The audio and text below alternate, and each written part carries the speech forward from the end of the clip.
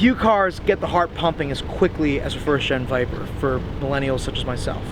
Most cars didn't look like this, but if you saw one of these tearing down Interstate 80, your head goes on a swivel, and the next thing you say is, "Whoa, what was that, Dad?"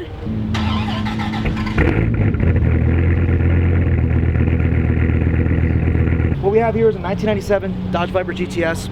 Growing up, looking at DuPont registry as an 8, 9-year-old when these cars were relatively new. I showed my brother a picture of one of these cars in this exact color combination.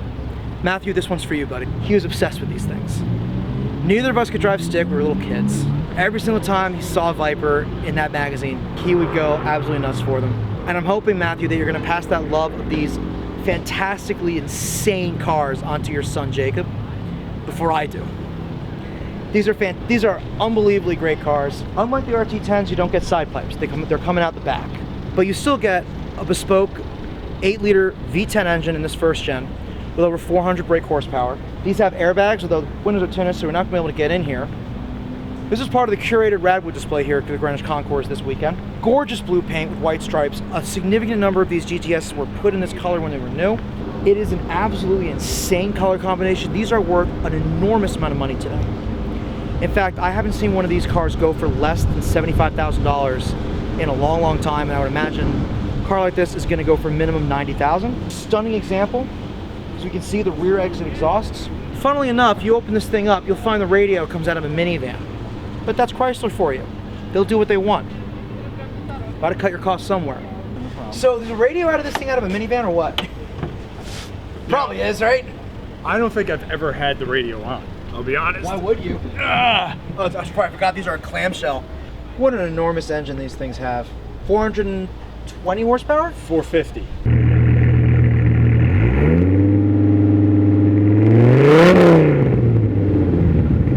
For the first couple of years of production on the first generation Viper, only convertibles were available. We know those as the RT10s.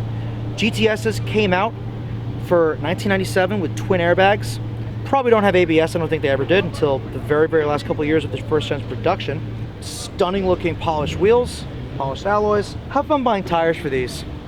They're more than my mortgage. It's a lot of money. But hey, when in Rome, you buy a car like this, you are going to have to spend money, but you're going to enjoy yourself. That's the point.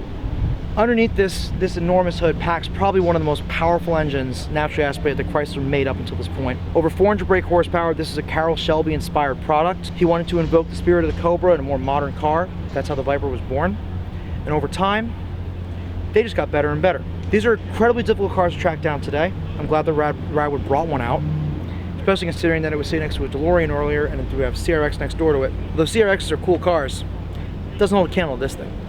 Few cars get the heart pumping as quickly as a first-gen Viper for millennials such as myself. That's a fact.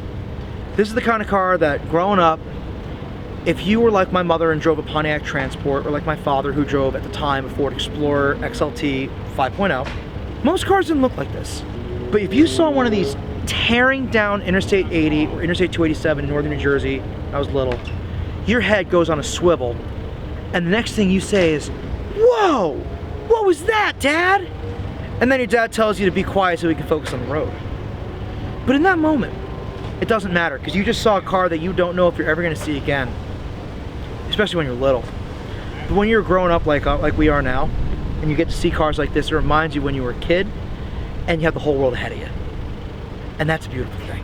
They sounded, factory, they sound like UPS trucks. So I wanted give it a little something else.